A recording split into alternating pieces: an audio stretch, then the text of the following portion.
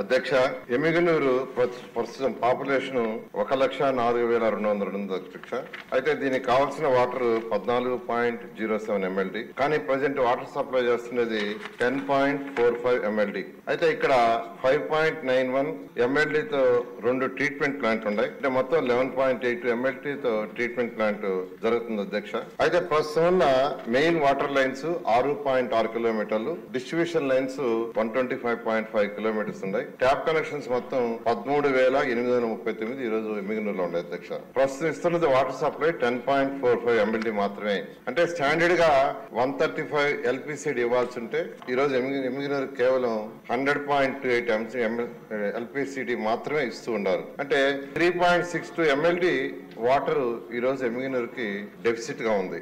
అయితే ప్రస్తుతం వాటర్ ని తుంగభద్ర డ్యాము లో లెవెల్ రైట్ కెనాల్ నుంచి తీసుకొనబడుతుంది. అయితే ఈ కెనాల్ April 1 నుంచి 31 జూలై వరకు అది క్లోజ్ చేస్తారు ఆ పీరియడ్ లో. అయితే ఆ సమయంలో మొదటి 40 రోజులు అంటే 1 April నుంచి 10 May వరకు ముందుగా కెనాల్ ద్వారా నింపబడిన 526 ml కలిగిన గుడికల్లు ఇరిగేషన్ ట్యాంక్ నుండి, మళ్ళా 87 ml కలిగిన ఎమ్మిగనూరు SSR ట్యాంక్ నుండి తీసుకునబడి మిగతా 80 రోజులు ముందుగా నింపబడిన పునికనుమ రిజర్వాయర్ మరియు గుడికల్లు ఇరిగేషన్ ట్యాంక్ నుంచి ఏదైతే నింపబడి ఉంటుందో దాని నుంచి యాక్చువల్ గా సిటీకి సప్లై చేయబడుతుంది. అయితే ఈ సమస్యని అధిగమించడానికి 2033 పాపులేషన్ కూడా దృష్టిలో పెట్టుకుని ఏషియన్ ఇన్ఫ్రాస్ట్రక్చర్ ఇన్వెస్ట్మెంట్ బ్యాంక్ ద్వారా 148 కోట్లతో ఒక ప్రాజెక్ట్ ని టేకప్ చేయబడింది అధ్యక్ష.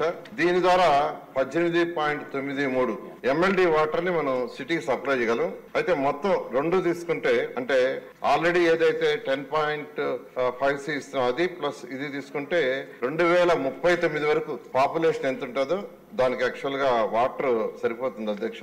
అయితే ఇక్కడ సభ్యులు అడిగినట్టుగా 2007లో హట్కో లోన్ లో ఒక SS ట్యాంక్ నిర్మించాలని ఎమ్మిగనూరు విలేజ్ నుంచి 19.68 ఎకరాలని, అదే విధంగా గుడికల్లు విలేజ్ నుంచి 76.25 ఎకరాలని, మొత్తం 95.8 ఎకరాలని సేకరించారు.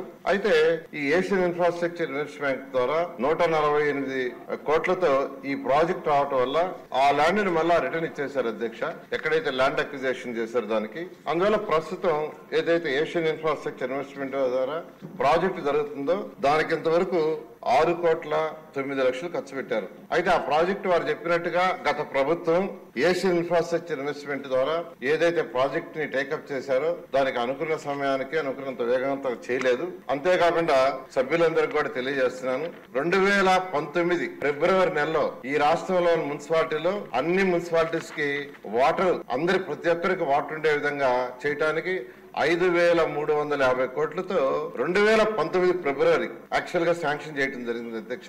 అయితే 70% ఆ బ్యాంక్ లోన్ ద్వారా వస్తుంది. రాష్ట్ర ప్రభుత్వం 30% పెట్టాలా. ఫస్ట్ ఇన్స్టాల్మెంట్ వాళ్ళు ఇచ్చారు. ఫస్ట్ ఇన్స్టాల్మెంట్ కి రాష్ట్ర ప్రభుత్వం పెట్టాల్సిన షేర్ పెట్టినందువల్ల ఆ ప్రాజెక్ట్ ఆగిపోయింది అధ్యక్ష. అయితే మళ్ళా 5 సంవత్సరాల తర్వాత మొన్న జూలై టైం అయిపోయింది, ఆ యొక్క ప్రాజెక్ట్ క్లోజ్ అయిపోయింది. మళ్ళా కేంద్ర ప్రభుత్వానికి ముఖ్యమంత్రి గారు రాసి ఆ ప్రాజెక్ట్ రివైజ్ చేశారు. వాళ్ళు 4 సంవత్సరాల లోపల అది కంప్లీట్ చేసుకున్న ప్రాజెక్ట్ ఇచ్చారు. కాబట్టి ఆ ప్రాజెక్టు ని వేగవంతం చేసి యాక్చువల్ గా ఏదైతే ఈ రాష్ట్రంలో ఉన్న మున్సిపాలిటీస్ అన్ని వాటర్ సరఫరా అవుతున్నాయో ఆ ప్రాజెక్టు ద్వారా ఆ వాటర్ ఏదైతే సరఫరా లేకుండా చేయడం జరుగుతుంది అధ్యక్ష.